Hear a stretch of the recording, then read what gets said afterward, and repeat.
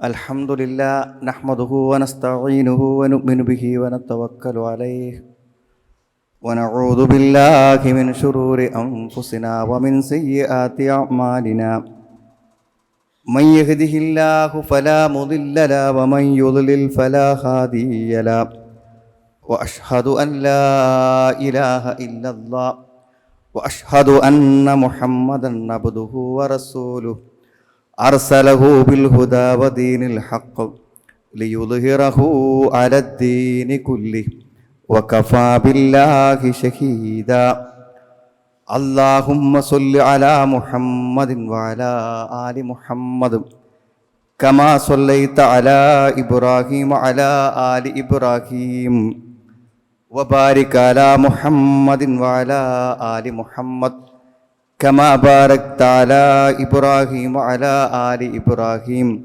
إنك حميد مجيد أما بعد فإن خير الكلام كلام الله وخير الحديث كتاب الله وخير الهدي هدي محمد صلى الله عليه وسلم وشر الأمور محدثاتها وكل محدثة بدعة وكل بدعة ضلالة أعوذ بالله من الشيطان الرجيم بسم الله الرحمن الرحيم يا أيها الذين آمنوا اتقوا الله حق تقاته ولا تموتن إلا وأنتم مسلمون يا أيها الناس اتقوا ربكم الذي خلقكم من نفس واحدة وخلق منها زوجها وبث منهما رجالا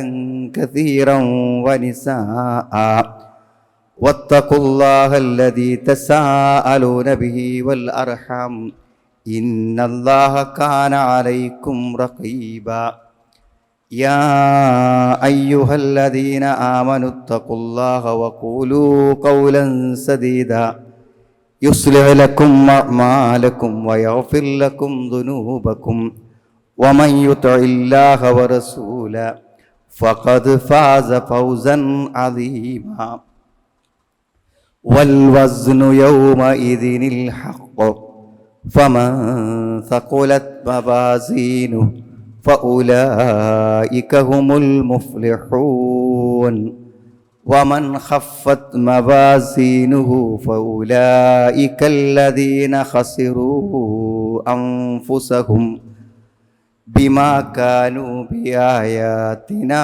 يظلمون. സ്നേഹമുള്ള സഹോദരി സഹോദരന്മാരെ, സത്യവിശ്വാസികളെ, സത്യവിശ്വാസിനികളെ, അള്ളാഹുവിൻ്റെ കൽപ്പനകളെയും നിർദ്ദേശങ്ങളെയും പാലിച്ചുകൊണ്ട് ജീവിക്കണമെന്നും എന്നെയും നിങ്ങളെയും ഞാൻ ഓർമ്മപ്പെടുത്തുകയാണ്.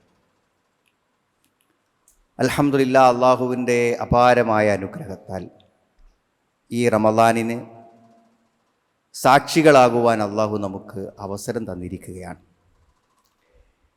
ഏറെ നന്മകൾ കരസ്ഥമാക്കാൻ പറ്റുന്ന ഈ പുണ്യമാസത്തിലെ നന്മകളെല്ലാം കരസ്ഥമാക്കാൻ കഴിയുന്ന സൗഭാഗ്യവാന്മാരിൽ അള്ളാഹു നമ്മെ എല്ലാവരെയും ഉൾപ്പെടുത്തുമാറാവട്ടെ. സഹോദരങ്ങളെ, പരലോകത്തിൽ വിശ്വസിക്കുന്നവർക്ക് മാത്രമല്ലല്ലോ മരണം ഒരു വിഷയമായിട്ടുള്ളത്. മരണം എല്ലാവരും മരിക്കുമെന്നതൊരു വലിയ യാഥാർത്ഥ്യമാണ്.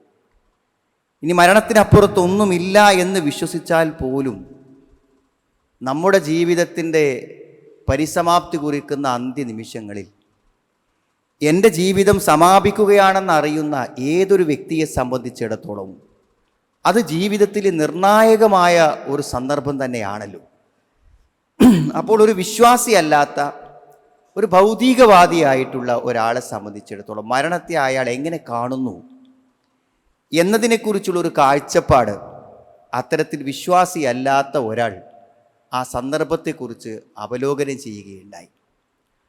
അത് കേട്ടപ്പോഴാണ് മരണമെന്ന യാഥാർത്ഥ്യത്തെ ഉൾക്കൊള്ളുന്ന, അല്ലെങ്കിൽ ആ ഒരു വലിയ സംഗതിയെ ജീവിതത്തിൽ ഒരു ലക്ഷ്യമായി കാണുന്ന നമ്മളെ സംബന്ധിച്ചിടത്തോളം അത് എത്രമാത്രം അർത്ഥവത്തായ ഒരു യാഥാർത്ഥ്യമാണ് എന്ന് അദ്ദേഹം പറയുന്നത്.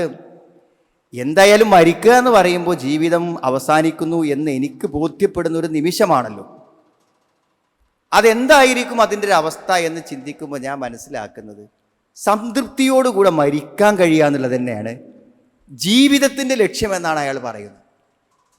അതായത് 70-80 കൊല്ലം ജീവിക്കുന്നതിൻ്റെ ലക്ഷ്യം സംതൃപ്തിയോടുകൂടെ മരിക്കുക എന്നുള്ളതാണ്. അപ്പോൾ എന്താണ് ആ സംതൃപ്തി?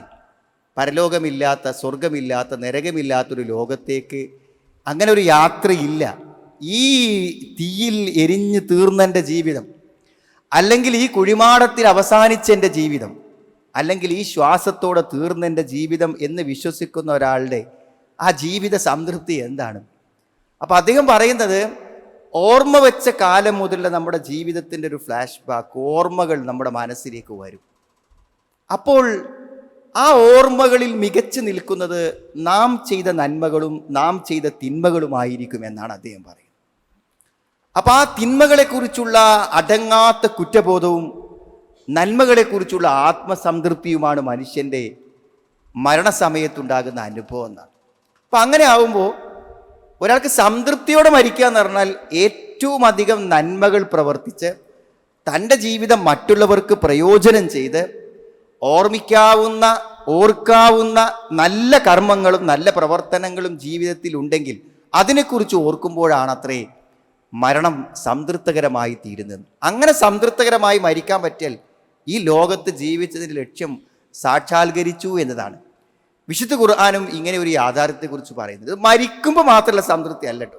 യാ അയ്യത്തുഹൻ നഫ്സുൽ മുത്മഇന്ന, സമാധാനമടഞ്ഞ ആത്മാവേ എന്ന് ഖുർആൻ വിളിക്കുന്നത് ആ സമയത്തുള്ളൊരു സംതൃപ്തി മാത്രമല്ല, ജീവിതത്തിലുടനീളം സംതൃപ്തിപ്പെടാൻ പറ്റിയ ആളാണ്. വിശ്വാസം കൊണ്ടും കർമ്മങ്ങളെ കൊണ്ടും ഒരു ഇസ്ലാമിക ജീവിതം കൊണ്ടും അസ്വസ്ഥതകളില്ലാത്ത, ആശങ്കകളില്ലാത്ത, സമാധാനപരമായ ഒരു ജീവിതം നയിക്കാൻ കഴിഞ്ഞ ആത്മാവേ എന്ന്.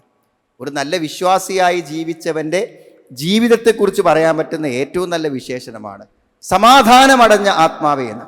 അപ്പോൾ ജീവിതകാലം മുഴുവനും സംതൃപ്തിയോടുകൂടെ ജീവിച്ച ഒരാൾ മരിക്കുന്ന സമയത്ത് മാത്രം ബേജാറാകേണ്ട കാര്യമില്ലല്ലോ. മരിക്കുന്ന സമയത്തും ആ സംതൃപ്തി അയാളെ നല്ലൊരു യാത്രക്ക് പര്യാപ്തമാക്കുമെന്ന് ഉറപ്പാണ്.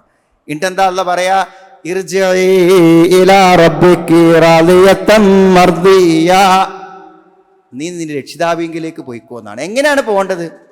നീ ചെയ്ത കർമ്മങ്ങൾക്ക് കിട്ടാവുന്ന നല്ല പ്രതിഫലങ്ങളെക്കുറിച്ച് ഓർത്ത് നല്ല പ്രതീക്ഷയോടുകൂടെ ആ കർമ്മങ്ങളെ കൊണ്ട് അള്ളാഹുവിനെ തൃപ്തിപ്പെടുത്തി സമാധാനത്തോടെ മരിച്ചു പോയിക്കോ എന്ന് ആ ആത്മാവിനോട് പറയപ്പെടുമെന്നാണ്. ഫദ്ഖുലി ഫീ ഇബാദി വദ്ഖുലി ജന്നതി, എൻ്റെ നല്ല ദാസന്മാരോടൊപ്പം ചേർന്നോ സ്വർഗത്തിൽ കയറിക്കോ. ഇത് പരലോകത്ത് വെച്ചാണ് പറയാമെന്നാണ് പറയുന്നത് പല മുഫസ്സിരീങ്ങളും. അതായത് സ്വർഗത്തിൻ്റെ മുന്നിലെത്തുമ്പോൾ ആ നല്ല ആൾക്കാരെ കൂടെ സ്വർഗത്തിൽ പോയിക്കോ എന്ന് പറയുന്നതാണ്. സുഹൃത്തുക്കളെ, ഞാനിതിവിടെ പറയാൻ കാരണം നന്മകളുടെ ആധിക്യമുണ്ടല്ലോ, അതുതന്നെയാണ് മരണത്തിൻ്റെയും പരലോകത്തിൻ്റെയും മനുഷ്യൻ്റെ സംതൃപ്തി എന്ന് പറയുന്നത്. പിന്നെ നമ്മളൊക്കെ പലപ്പോഴും അതിപ്പോൾ നിർബന്ധമില്ലല്ലോ, അപ്പോൾ അത്രയൊന്നും ചെയ്യേണ്ടതില്ലല്ലോ എന്ന് ആലോചിച്ച് മാറ്റിവെക്കുന്ന ആയിരക്കണക്കിന് നന്മകൾ നമുക്ക് ഖേദം ഒരു പക്ഷേ തരുന്നതായിരിക്കുന്നത്. നല്ല നല്ല അവസരങ്ങളെ, നന്മയുടെ സന്ദർഭങ്ങളെ പാഴാക്കി കളഞ്ഞവനാണ് മരണത്തെയും ജീവിതത്തെയും സംതൃപ്തിയോടുകൂടെ നേരിടാൻ പറ്റാത്ത ആളുകൾ അവരായിരിക്കുന്നത്. അപ്പം നന്മ തന്നെയാണ് പ്രധാനം. ജീവിച്ച കാലം കൊണ്ട് എത്ര കണ്ട് ചെയ്യാൻ പറ്റി എന്നത് തന്നെയാണ് പ്രധാനം. ഒരു വിശ്വാസിനെ സംബന്ധിച്ചിടത്തോളം എന്താ വെച്ചാൽ, ഞാൻ തുടക്കത്തിൽ ഓതി വെച്ച പോലെ അൽ വസ്ന് യൗമ ഇതിൽ ഹക്ക്, തൂക്കുമല്ലോ, അത് ഉറപ്പാണ്. തൂക്കുമെന്ന കാര്യം ഉറപ്പാണെന്ന് അതല്ല അല്ലാഹ് പറഞ്ഞല്ലോ. അൽ വസ്ൻ, തുലാസ് അല്ലെങ്കിൽ തൂക്കി നോക്കൽ, അത് യൗമ ഇതിൻ, അന്നേ ദിവസം, അൽ ഹക്ക്, ഉറപ്പാണ്. ഞാനും നിങ്ങൾ നിസ്കാരം, നോമ്പും, നന്മയും, സദക്കയും എല്ലാം തൂക്കും. ഒരു മൊത്തക്കണക്കിനല്ല സുഹൃത്തുക്കൾ, ഒക്കെ അളന്ന് തൃപ്തപ്പെടുത്തി അതിനുള്ള തുലാസ് അവിടെ സ്ഥാപിക്കും. ഫമൻ തഖുലത് മവാസിനു ഫഉലൈക ഹുമുൽ മുഫ്ലിഹൂൻ, തൂക്കമുണ്ടായാൽ, അവൻ്റെ തുലാസുകൾ കനം തൂങ്ങിയാൽ അവരാകുന്നു വിജയികൾ. അപ്പം നല്ലത് ചെയ്ത് തുലാസ് കനണ്ടാക്കിയിട്ട് തന്നെയാണ് വിജയിക്കേണ്ടത്. മനസ്സിലായി? അപ്പം നന്മകൾ കൂടുതൽ വേണം എന്നൊരു വിശ്വാസി ആഗ്രഹിക്കണമെന്നല്ലേ അതിൻ്റെ അർത്ഥം.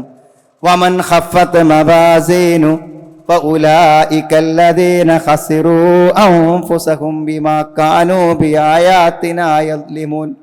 എന്നാൽ ആരുടെ തുലാസ് കനം കുറഞ്ഞു? അവനാ നഷ്ടക്കാർ. അള്ളാഹുവിന് ദൃഷ്ടാന്തങ്ങളിൽ അക്രമം പ്രവർത്തിച്ച ആൾക്കാരുണ്ടല്ലോ, അവരാണ് നഷ്ടക്കാർ. ഇതൊന്നും യാഥാർത്ഥ്യങ്ങളായി കാണാതെ, ഈ യാഥാർത്ഥ്യങ്ങളെ ഉൾക്കൊള്ളാതെ ജീവിച്ച് അതൊന്നും ഉണ്ടാവാൻ സാധ്യതയില്ല, ഉണ്ടാകുകയാണെങ്കിൽ വലിയ പ്രശ്നമൊന്നും ഉണ്ടാവില്ല എന്നൊരു ഉറപ്പില്ലാത്ത ജീവിതം ഉണ്ടല്ലോ, അവരാകുന്നു ജീവിതത്തിൽ നഷ്ടപ്പെട്ട ആളുകൾ എന്ന് വിശുദ്ധ ഖുർആനിൽ അള്ളാഹു ഓർമ്മപ്പെടും. അപ്പോൾ സുഹൃത്തുക്കളെ, നന്മ വേണമെന്നാണ് അതിൻ്റെ അർത്ഥം. അതുകൊണ്ട് നമ്മൾ എത്ര കണ്ട് നന്മകൾക്ക് നമുക്ക് അവസരങ്ങൾ ഉണ്ടാകുന്നുവോ അത് നമ്മൾ ഉപയോഗപ്പെടുത്തുക. അങ്ങനെ അവസരം ഉണ്ടാക്കി തരിക എന്നുള്ളതിനാണ് അള്ളാഹു സ്വീകരിച്ച വഴി. അതാക്കും റമളാൻ ഷഹ്റും മുബാറക്. ഇതാ വന്നു, ബർക്കത്തിൻ്റെ മാസം നിങ്ങൾക്ക് വന്നിരിക്കുന്നു. സുഹൃത്തുക്കളെ, ഒരു മാസം കൊണ്ട് നേടാവുന്ന നന്മകൾക്ക് അറ്റല്ല, കണക്കില്ല. നമ്മളൊന്ന് നോമ്പിനെ കുറിച്ച് ആലോചിച്ച് നോക്കുക നിങ്ങൾ. പിന്നെ നമ്മൾ മാസം കണ്ടാൽ പിന്നെ അടുത്ത മാസം കാണുന്നവരെ വിശ്രമമില്ലാത്തൊരു മാസമാണ് റമളാൻ, അല്ലേ? അതായത് 30 ദിവസത്തെ പകലുകളിലും നമ്മൾ നന്മയിലാണ്. നോമ്പല്ലേ, ഒരു സെക്കൻഡ് നമ്മൾ നല്ലതിൽ നിന്ന് മാറി നിൽക്കണില്ലല്ലോ. അതായത് നേരം ഉദിച്ചു കഴിഞ്ഞ് അസ്തമിക്കുന്നത് വരെ നമ്മൾ നന്മയിലാണ്. ഇനി അത് നോമ്പ് തുറന്ന് പിന്നെ എവിടെ സമയം? നോമ്പ് തുറന്ന് നമ്മൾ അടിസ്ഥാനപരമായി ഒരു ദിവസത്തെ ഭക്ഷണത്തിൽ നിന്ന് മാറ്റിവെച്ച് നമ്മൾ കഴിച്ച് ദാഹം തീർന്ന് വേണമെങ്കിൽ നമ്മൾ ആ മുസാഫ് എടുത്ത് വെച്ചൊന്ന് നിവർത്തുമ്പോഴേക്ക് ബാങ്ക് കൊടുത്ത് പിന്നെ നമ്മൾ രാത്രി നിസ്കാരം കഴിഞ്ഞ് തിരിച്ച് വീട്ടിലെത്തിന് 10 മണിക്ക് 11 മണിക്ക് നമ്മൾ ഉറങ്ങേണ്ട ടൈമല്ലേ. പിന്നെ നമ്മൾ ഉണരുന്നത് എന്തിനാണ്? നോമ്പിൻ്റെ സമാരം. ഇത്രമാത്രം ടൈറ്റായി കർമ്മനിരതമായ ഒരു നന്മയുടെ മുഹൂർത്തം മറ്റുണ്ടോ? അതാക്കും ഷഹ്റും മുബാറക്, നിങ്ങൾക്കൊരു അനുഗ്രഹത്തിൻ്റെ മാസം വന്നിരിക്കുന്നു. പക്ഷെ ഇങ്ങനെ ഫുൾ ടൈം നമ്മൾ നന്മയിലാണെന്ന് നമ്മൾ അറിയണില്ല എന്നുള്ളതാണ് നമ്മുടെ നഷ്ടം. ഏത്? ഞാൻ എല്ലാ സമയവും നല്ലത് ചെയ്തുകൊണ്ടേ ഇരിക്കുകയാണെന്നൊരു നീയത്തുണ്ടല്ലോ, ആ നീയത്ത് പലപ്പോഴും നമ്മൾ മറന്നു പോവുകയാണ്. ഞാൻ ഈ പകല് പട്ടിണി കിടന്ന് നോമ്പ് വിൽക്കുകയാണെന്നില്ല, നമ്മൾ മറന്നു പോവുകയാണ്. ഫറദല്ലാഹു അസ്സ വജല്ല അലൈക്കും സിയാമ, അള്ളാഹു നിങ്ങൾക്ക് എന്താണ് ഈ ബർക്കത്ത്? നോമ്പിനെ നിർബന്ധമാക്കിയിട്ടുണ്ട്. അതിൽ തുഫ്തഹു ഫീഹി അബ്വാബുസ് സമാ, ആകാശത്തിൻ്റെ കവാടങ്ങൾ തുറക്കപ്പെടും, സ്വർഗത്തിൻ്റെ കവാടങ്ങൾ തുറക്കപ്പെടും. വതുഗ്ലഖു ഫീഹി അബ്വാബുൽ ജഹീം, നരകത്തിൻ്റെ കവാടങ്ങൾ അടക്കപ്പെടും. വതുഗല്ലു ഫീഹി മരദതു ശയാത്തീൻ, പിശാചുക്കൾ ബന്ധിക്കപ്പെടും. ലില്ലാഹി ഫീഹി ലൈല, ഈ 30 ദിവസങ്ങളിൽ ഒരു രാത്രിയുണ്ട്. ഖൈറും മിൻ അൽഫി ശഹ്ർ, 1000 മാസങ്ങളെക്കാളും ഉത്തമമായ. മൻ ഹുരിമ ഖൈറഹ, അതിൻ്റെ ഖൈർ ആർക്കെങ്കിലും നിഷിദ്ധമാക്കപ്പെട്ടാൽ അവന് എല്ലാ നന്മകളും നിഷിദ്ധമാക്കപ്പെട്ടവനെ പോലെയാണ് എന്ന് പറയുന്ന ഏറ്റവും മഹത്വരമായൊരു വചനത്തിലൂടെയാണ് ഈ പുണ്യങ്ങളുടെ മാസത്തെ അള്ളാഹുവിൻ്റെ റസൂൽ സല്ലല്ലാഹു അലൈഹി വസല്ലം നമുക്ക് പരിചയപ്പെടുത്തുക. അതുകൊണ്ട് സുഹൃത്തുക്കളെ, നന്മ നമുക്ക് വേണം. തുടങ്ങിയിട്ടുള്ളൂ, 2ാമത്തെ നോമ്പിലാണ് നമ്മൾ. വിശ്രമമില്ലാത്ത നന്മകൾക്ക് വേണ്ടിയുള്ള അതിശക്തമായ ഒരു പരിശ്രമത്തിനായിരിക്കണം നമ്മൾ ഇനിയുള്ള നാളുകളെ. എന്താ നന്മ കൊണ്ട് കാര്യം? ഒന്ന്, നമുക്ക് അള്ളാഹിൻ്റെ ഇഷ്ടം കിട്ടും, അത് മതി സുഹൃത്തുക്കളെ. അള്ളാഹിൻ്റെ ഇഷ്ടം കിട്ടും. നിങ്ങൾ രോഗിയായി കിടക്കാണോ? അള്ളാഹ് നിങ്ങൾ ഇഷ്ടപ്പെട്ടാൽ മതി, ആ രോഗം നമുക്ക് പ്രശ്നമാവില്ല. നിങ്ങൾ കടത്തിലാണോ? അള്ളാഹ് ഇഷ്ടപ്പെട്ടാൽ മതി, ആ കടം നമുക്ക് പ്രശ്നമാവില്ല. നിങ്ങൾക്ക് കുടുംബ പ്രശ്നങ്ങളുണ്ടോ? അള്ളാഹു നമ്മൾ ഇഷ്ടപ്പെട്ടാൽ നമുക്ക് അള്ളാഹിന് ഇഷ്ടം കിട്ടിയാൽ മതി. അള്ളാഹിന് ഇഷ്ടം എങ്ങനെ കിട്ടുക? ആരാധന എന്നതിൻ്റെ നിർവചനം തന്നെ അള്ളാഹ് ഇഷ്ടപ്പെടുന്നു തൃപ്തിപ്പെടുന്നു എന്നാണ്. അള്ളാഹ് ഇഷ്ടപ്പെടുന്ന തൃപ്തിപ്പെടുന്ന എല്ലാ കാര്യങ്ങൾക്കും പറയുന്ന കാര്യമാണ് ഇബാദത്ത് പറഞ്ഞാൽ. ഇബാദത്ത് കൊണ്ട് അള്ളാഹുവിൻ്റെ ഇഷ്ടം നമുക്ക് വാങ്ങാൻ പറ്റും. മനസ്സ് ശുദ്ധമാകുന്നതാണ്. നമ്മുടെ നന്മകൾ വർദ്ധിക്കും തോറും നമ്മുടെ മനസ്സ് ക്ലിയറാകും. ഹുവല്ലദീ ബഅസ ഫിൽ ഉമ്മീന റസൂലൻ മിൻഹും യത്ലൂ അലൈഹിം ആയാതി വയുസക്കീഹിം. ദീൻ്റെ എല്ലാ കാര്യങ്ങളും നമുക്ക് ഓതി പറഞ്ഞു തന്നിട്ട് നമ്മളെ ചെയ്യണം എന്താ പറയുക? സംസ്കരിക്കാൻ. എല്ലാ നന്മകളും നിസ്കരിച്ചാൽ നമ്മുടെ മനസ്സ് ശുദ്ധമാകും. സക്കാത്ത് കൊടുത്താൽ നമ്മുടെ മനസ്സ് ശുദ്ധമാകും. നന്മകൾ വർദ്ധിക്കും തോറും നമ്മുടെ മനസ്സ് ശുദ്ധമാകും. പാപങ്ങൾ പൊറുക്കും. നന്മ അങ്ങനെ കൂടുമ്പോൾ എന്താ അറിയോ? തിന്മകൾ അങ്ങനെ ഇല്ലാതെയാവും. നന്മകൾ എത്ര വർദ്ധിക്കുന്നുവോ അതിനനുസരിച്ച് തിന്മകൾ ഇല്ലാതാവും. ദഫ്ഉൽ ബലാ, മഹാവിപത്തുക്കളെ തടുക്കാൻ നന്മകൾക്ക് പറ്റും. എത്ര കണ്ട് നന്മകളെ വർദ്ധിപ്പിക്കാൻ പറ്റുന്നുവോ അതാണ്. അപ്പോൾ ആ നന്മകൾ എന്ന് പറയുമ്പോൾ റമദാനിൽ എന്തൊക്കെ നന്മ? ഒന്ന് നോമ്പല്ലേ സുഹൃത്തുക്കളെ? നോമ്പ് എന്തുമാത്രം നന്മ നേടിത്തരുന്നൊരു പ്രവർത്തന. അസ്സൗമു ജുന്ന, നോമ്പൊരു പരിചയമാണ്. എന്തിനുള്ള പരിചയമാണെന്ന് നിങ്ങൾ ഒരടിമ നരകത്തുനിന്ന് അവനെ രക്ഷപ്പെടുത്താനുള്ള പരിചയം. അപ്പം ഈ നോമ്പോണ്ട് നരകത്തുനിന്ന് അള്ളാഹു നമ്മളെ രക്ഷപ്പെടുത്തുന്നതാണ്.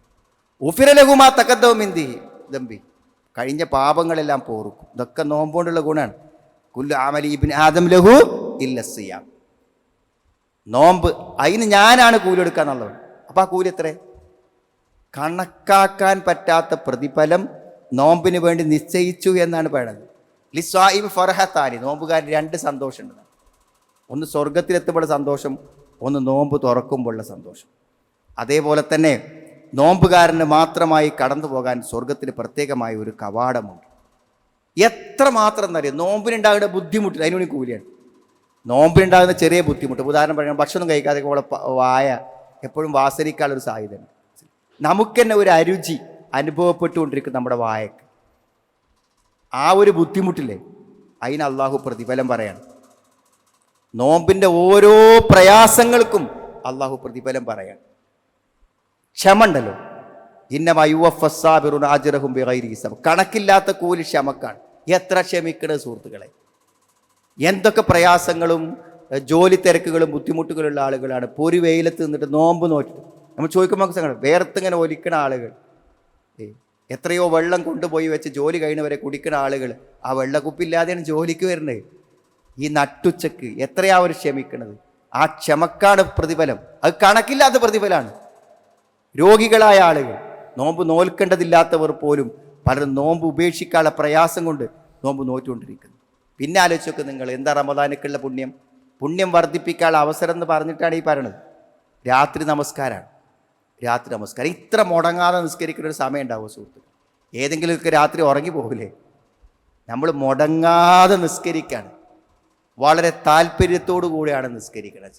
അപ്പോൾ ചില പള്ളികളിലൊക്കെ എന്താ വെച്ചാൽ ഒരു ജുസ് സമ്പൂർണ്ണമായി 1-2 ഇമാമ് നിന്ന് ഓതിയിട്ട് ആളുകൾ ആ നിസ്കാരം 12 മണി വരെ 11:30 വരെയൊക്കെ നിന്നിട്ട് നിസ്കരിക്കുന്നത് എത്ര ആസ്വദിച്ചും സന്തോഷിച്ചുമാണ്. ചെറു പിഞ്ചു പൈതങ്ങൾ നമ്മുടെ സൊഫിന് ഇടയിൽ വന്ന് നിന്നിട്ട് അവർ നിസ്കരിക്കണില്ലെങ്കിൽ ആ 11 റക്അത്ത് പൂർണ്ണമായിട്ട് രാത്രി നമസ്കാരത്തിൻ്റെ പുണ്യം ഏറ്റവും ലഭിക്കുന്നൊരു കാര്യം. കാരണം അഫ്ളലുസ്സലാ ബഅദൽ മക്തൂബ്, ഫർദ് നിസ്കാരം 5 വക്ത് കഴിഞ്ഞാൽ പിന്നെ കൂലിട്ടിട്ട് ഏറ്റവും വലിയ നിസ്കാരം ഏതാണെന്ന് വെച്ചാൽ രാത്രി നിസ്കാരമാണ്. അത് ജൗഫുല്ലേ, രാത്രി നിസ്കരിക്കുന്ന ആ നിസ്കാരത്തിനാണ് ഇജാബത്തു ദുആ.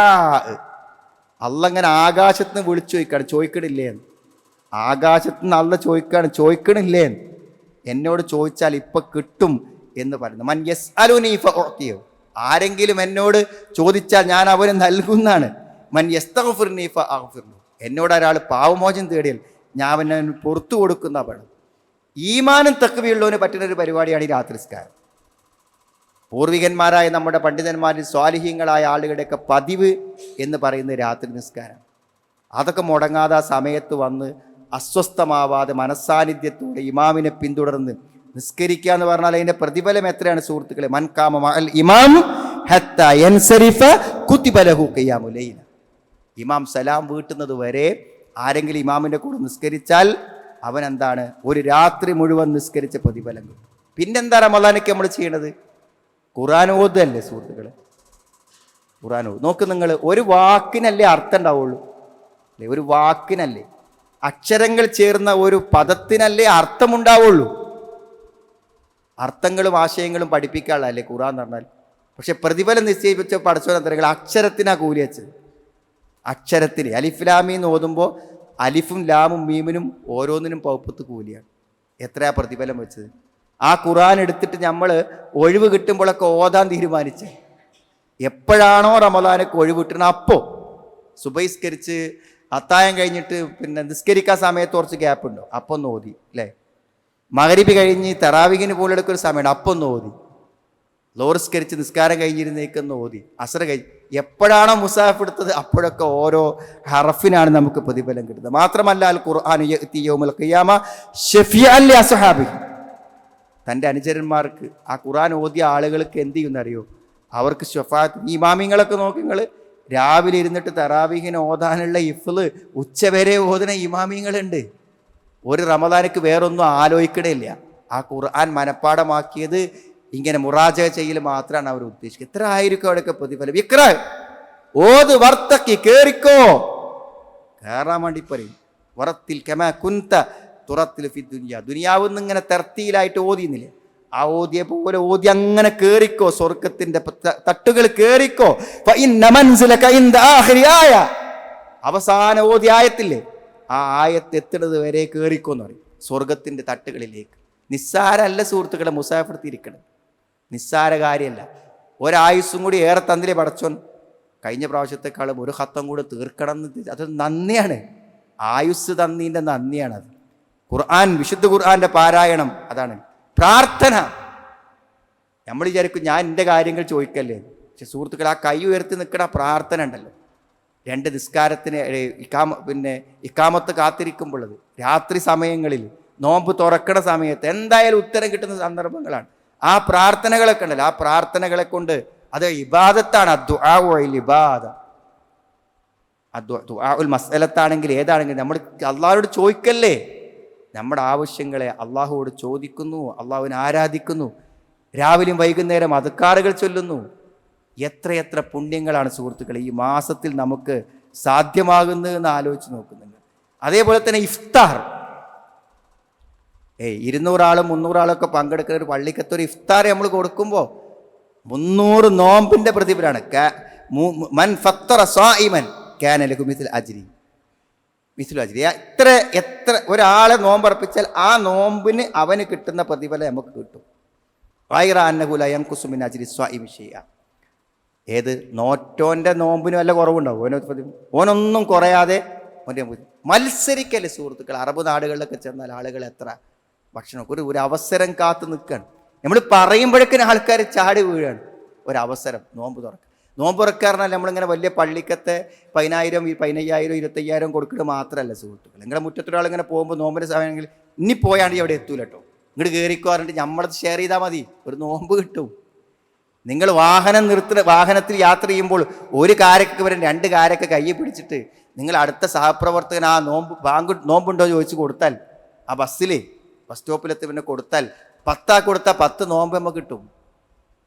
ഇത് വെറുതെ ആർഭാടപൂർവമായ ഭക്ഷണങ്ങൾ വിളമ്പി കൊടുക്കുന്നവർക്ക് മാത്രം കിട്ടുന്ന ഒരു കാര്യമല്ല, മനസ്സിലായില്ലേ? നമ്മുടെ സുഹൃത്തിനെ നമ്മൾ വിളിക്കുകയാണ്, എന്ത് എനിക്ക് ബുദ്ധിമുട്ടില്ലെങ്കിൽ, നോമ്പിന് ബുദ്ധിമുട്ടിക്കല്ല, നാളെ എനിക്ക് പറ്റുന്നുണ്ടെങ്കിൽ ജീവൻ വാന്ന് പറഞ്ഞാൽ മതി, നമ്മളത് ഷെയർ ചെയ്താൽ മതി, ഓരോ നോമ്പിൻ്റെ പ്രതിഫലം കിട്ടും. ഒരു നോമ്പ് നമ്മളെ കൊണ്ട് തുറപ്പിക്കപ്പെട്ടാൽ നമുക്കൊരു എത്ര വലിയ പുണ്യാണ് സുഹൃത്തുക്കളെ. ഒരാളുടെ നോമ്പിൻ്റെ പ്രതിഫലം നമുക്ക് കിട്ടുക പറഞ്ഞാൽ അത് ചെറിയ പ്രതിഫലമല്ലല്ലോ. സദക്ക ഏറ്റവും പുണ്യകരമായ കാര്യമാണ്. സദക്കകൾ നമ്മൾ കൊടുക്കണം. റമദാനിക്കൊരു വിഹിതം മാറ്റിവെക്കണം. ഈ റമദാനിക്ക് എനിക്ക് കൊടുക്കാനുള്ളതാണ് ഈ 25,000, അങ്ങനെ മാറ്റിവെക്കണം, അപ്പോഴേ കൊടുക്കുള്ളൂ. കൊടുത്തിട്ടുണ്ടാവും ഇങ്ങനെ സമാധാനിച്ചിട്ടൊരു കാര്യമില്ല, ഒന്നും കൊടുത്തിട്ടുണ്ടാവില്ല, വെറുതെ ഇങ്ങനെ തോന്നുകയാണ് കൊടുക്കുന്നുണ്ടാവും. അത് മാറ്റി വെച്ചിട്ടാണ് തീർക്കണം. അപ്പോഴാണ് ഒരു ദിവസത്തേക്ക് നിങ്ങൾ 500, 100, 10 റുപ്യോ, ഒരു 300 റുപ്യ മാറ്റി വെച്ച് ഒരു ദിവസം ഒരു 10 റുപ്യ ഞാൻ കൊടുക്കും തീരുമാനിച്ചാൽ അതേ നമുക്ക് ഉണ്ടാവുള്ളൂ. ഷാഫി ഇമാം റമദാനിലെ സദക്ക റസൂലുള്ളാഹിനെ അനുകരിച്ച്, റസൂലുള്ളാഹിൻ അജ്വദുന്നാസി ബിൽ ഖൈറാൻ, റമദാനക്കാണ് ഏറ്റവും അധികം കൊടുത്തിരുന്നത് എന്നാണ് ഇമാം ഷാഫി റഹ്മത്തുള്ളാഹി അതിനെക്കുറിച്ച് പറയുന്നുണ്ട്. അഹബ്ബു ലിറജുലി അസിയാദ ഉഹിബ്ബു ലിറജുലി, ഒരു മനുഷ്യനെ ഞാൻ ഇഷ്ടപ്പെടുന്നു അസിയാദ ബിൽ ജൂദി ഫി ശഹ്രി റമദാൻ, റമദാനിൽ അവന് ഭയങ്കരമായ ഔദാര്യം കൊടുക്കുക എന്നുള്ളത് ഞാൻ ഇഷ്ടപ്പെടുന്ന ഒരു കാര്യമാകുന്നു എന്നാണ്. ഇഖ്തിദാഅൻ ബിർ റസൂൽ, അത് റസൂലിൻ്റെ മാതൃകയാണ്. റമദാനിക്ക് കുറച്ചധികം സദക്ക കൊടുക്കുക എന്നുള്ളത് എന്താണ്? നബിൻ്റെ മാതൃകയാണ്. വലിയ ഹാജത്തിൻ്റെ ആസിഫിഹി ഇലാമസ്, അന്ന് ജനങ്ങൾക്ക് അത് ആവശ്യമുണ്ടെന്നാണ്. ആ പൈസ എന്തുകൊണ്ട് ആവശ്യം ഉണ്ടാകുന്ന കാര്യങ്ങൾ വലിയ തശാഖുലി കസീർ മിൻകും ബിസ്സൗമി വസ്സലാലിൻ മക്കാസി, പല ആളുകൾക്കും തൊഴിലിന് പോകാൻ പറ്റൂല, തൊഴിലുണ്ടാവില്ല. അപ്പോൾ ആ സാധുക്കൾക്ക് ഒരു മാസത്തേക്കുള്ള വിഹിതം കിട്ടിയാൽ തരും, സമാധാനത്തോടെ നോമ്പോൽക്ക. നമ്മൾ ഒരാളെ സഹായിച്ചാൽ അയാൾക്കൊരു 2,000 റുപ്യ ഒരാളെ കൈ കൊടുത്ത്, പാവപ്പെട്ട കൈ കൊടുത്താൽ ഓൻ 4 ദിവസം പണിക്കോകാതെ എന്ത് ചെയ്യുക, ഓൻ്റെ ആരാധനക്ക് സമയം കാണുമാകും. ഒരു ആശ്വസിപ്പിക്കലാണ്, ഒരു സമാധാനമാണെന്ന്. അതുകൊണ്ട് റമദാനിലെ സദക്കകൾ പ്രത്യേകം പുണ്യമുള്ളതാണെന്ന് അദ്ദേഹം പ്രത്യേകമായിട്ട് എടുത്തു പറയുന്നുണ്ട്. അതുകൊണ്ട് സുഹൃത്തുക്കളെ, നമ്മളിങ്ങനെ ആലോചിക്കുക, തുടങ്ങണുള്ളൂ, എന്തുമാത്രം നന്മകൾ നമുക്ക് നേടാൻ പറ്റും എന്ന് മാത്രം ചിന്തിക്കുക. ഒരു നിമിഷം പോലും നന്മയില്ലാതെ കടന്നു പോകുന്ന ഈ റമദാൻ നല്ല ഉദ്ദേശശുദ്ധിയോടെ, മനസ്സാന്നിധ്യത്തോടെ, പ്രാർത്ഥനയോടെ സ്വീകരിക്കണമേ എന്ന ഹൃദയത്തിൻ്റെ ഭയത്തോടുകൂടെ നമ്മൾ മുന്നോട്ട് പോയാൽ ഒരുപക്ഷെ ആയുസ്സിൽ ഏറ്റവും നല്ല റമദാൻ ഈ റമദാൻ ആയിരിക്കും. അങ്ങനെ പ്രയോജനപ്പെടുത്താൻ അള്ളാഹു നമുക്ക് തൗഫീക്ക് പ്രദാനം ചെയ്യുമാറാകട്ടെ. അൽഹംദുലില്ലാഹി ഹംദൻ കസീറൻ മുബാറകൻ ഫീഹി വസല്ലല്ലാഹു അലാ മുഹമ്മദിൻ വഅലാ ആലിഹി വസ്വഹബിഹി അജ്മഈൻ. ഒരിക്കൽ കൂടെ അള്ളാഹുവിനെ സൂക്ഷിച്ച് ജീവിക്കണമെന്ന് എന്നെയും നിങ്ങളെയും ഞാൻ ഓർമ്മപ്പെടുത്തുന്നു. അള്ളാഹു നമുക്ക് നല്ലത് വിചാരിച്ചിട്ടുണ്ടോ? നമുക്ക് നല്ലൊരു ഭാവിയാണോ അള്ളാഹു ഉദ്ദേശിക്കുന്നത്? നമ്മളെക്കുറിച്ച് നല്ലതാണോ അള്ളാഹു വിചാരിച്ചത് എന്നൊരടിമക്ക് അറിയാനുള്ള മാർഗം എന്താ അറിയും? അവന് ദീനിനോടുള്ള ദീൻ പഠിക്കാനുള്ള താല്പര്യം. മൻ യുരിദില്ലാഹു ബിഹി ഖൈറൻ യുഫഖിഹു ഫിദ്ദീൻ. ആർക്കെങ്കിലും അള്ളാഹു ഖൈർ ഉദ്ദേശിച്ചാൽ അവന് ദീനിൽ അവഗാഹം കൊടുക്കുന്നു. ദീന് പഠിക്കാൻ താല്പര്യം. ഇപ്പം നമ്മളിന്ന് ജുമാക്ക് വന്ന് എല്ലാ ആളുകളെയും ഈ പള്ളിൻ്റെ ചുറ്റോറം താമസിക്കുന്ന ആൾക്കാരായിട്ടല്ല ഇവിടെ ജുമാക്ക്. നമ്മളെന്തെങ്കിലും ദീനിയായ കാര്യങ്ങൾ പഠിക്കണം വിചാരിച്ച് വരുന്നതാണ്. അത് അള്ളാഹു നമുക്ക് തന്നൊരു ഖൈറാണ്. അങ്ങനെ ചിന്തിക്കാൻ കഴിയാന്നുള്ളത് ഖൈറാണ്. സുഹൃത്തുക്കളെ, ഇന്ന് എല്ലാ സൗകര്യങ്ങളും നമുക്ക് ദീന് പഠിക്കാനുണ്ട്. റമദാനോടനുബന്ധിച്ചുള്ള പ്രത്യേക ഖുർആൻ പ്രഭാഷണങ്ങൾ, കാരണം ഖുർആൻ്റെ മാസമാണ്. ഖുർആൻ്റെ പ്രഭാഷണങ്ങളുണ്ട്. എല്ലാറ്റിലും നമ്മുടെ സാന്നിധ്യം വേണം, ഒരു മനസ്സ് വേണം. നമ്മൾ റമദാൻ്റെ കാലത്തെങ്കിലും എന്താണ്, ഒന്ന് മനസ്സിനെ ഫ്രീ ആക്കുക, ഓട്ടങ്ങളൊക്കെ ഒന്ന് ക്രമീകരിക്കുക. അങ്ങനെ റമദാനിൽ പ്രത്യേകമായി ദീൻ പഠിക്കാനും ഖുർആൻ പഠിക്കാനും നമ്മൾ സമയം കണ്ടെത്താൻ അള്ളാഹു അതിൻ്റെ തൗഫീക്ക് നമുക്ക് ഏവർക്കും പ്രദാനം ചെയ്യുമാറാവട്ടെ. അള്ളാഹു ഞങ്ങളുടെ ആരാധനകളെ, നോമ്പിനെ, നമസ്കാരങ്ങളെ പൂർണ്ണ പ്രതിഫലത്തോടു കൂടെ ഞങ്ങളിന്ന് കബൂർ ചെയ്യണമേ റഹ്മാനെ. എല്ലാ പ്രതിസന്ധികളിൽ നിന്നും പ്രയാസങ്ങളിൽ ഞങ്ങൾ നീ കാത്തുരക്ഷിക്കണം. ഈ റമദാൻ പൂർണ്ണ ഭക്തിയോടെ പ്രതിഫലാഗ്രഹത്തോടുകൂടെ ഈമാനോടുകൂടെ പൂർത്തിയാക്കാനുള്ള തൗഫീക്ക് ഞങ്ങൾക്ക് പ്രദാനം ചെയ്യണമേ. അള്ളാഹു ഞങ്ങൾക്ക് അറിവിനെ നീ വർദ്ധിപ്പിച്ചു തരണമെന്നുണ്ട്. ഞങ്ങളിന്ന് മരണപ്പെട്ടു പോയ ആളുടെ കബറുകളെ നീ വിശാലമാക്കി കൊടുക്കണം. എല്ലാവിധ അസുഖങ്ങളിൽ നിന്നും ബുദ്ധിമുട്ടുകളിൽ നിന്നും പരീക്ഷണങ്ങളിൽ നിന്നും ഞങ്ങളെ നീ കാത്തുരക്ഷിക്കണം. അള്ളാഹു ഇതിൻ്റെ ദീനിന് വേണ്ടി ഞങ്ങളെടുത്ത നല്ല തീരുമാനങ്ങൾ, നല്ല ഉദ്ദേശങ്ങൾ, നല്ല പരിശ്രമങ്ങളെ അതിൻ്റെ വിജയത്തിലേക്ക് നീ എത്തിക്കണമേ റഹ്മാനെ. അല്ലാഹു മൗഫിൽ മുഅ്മിനീന വൽ മുഅ്മിനാത്ത് റബ്ബന സ്രിഫ് അന്നാ അദാബ ജഹന്നം ഇന്ന അദാബഹാ കാന ഗറാമ ഇന്നഹാ സാഅത്ത് മുസ്തഖറൻ വ മുഖാമ റബ്ബന ഹബ് ലനാ മിൻ അസ്വാജിനാ വ ദുർരിയാതിനാ ഖുർറത അയുൻ വജ്അൽനാ ലിൽ മുത്തഖീന ഇമാമ റബ്ബന ആതിനാ ഫിദ് ദുനിയാ ഹസന വഫിൽ ആഖിറതി ഹസനതൻ വഖിനാ അദാബൻ നാർ. അൽഹംദുലില്ലാഹി.